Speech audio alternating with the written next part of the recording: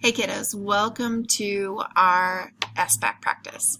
I know you are dreading state testing. Believe me, you are not the only one, so am I. But I wanted to give you a little introduction to the website. Now I have a couple pieces of advice to you. First, make sure you take deep breaths. Remember, in through your nose, out through your mouth, just like we practiced. This is just a practice test. Treat it as a learning experience. If you don't understand something, make a note of it and we will totally look at it together after our practice.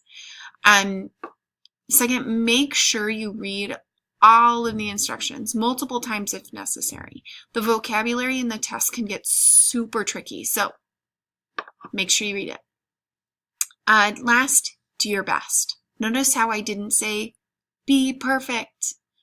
If you did best to your ability, there is nothing better than that. All right, now go ahead and watch the next video and get an introduction to where you should be going on the website. Good luck.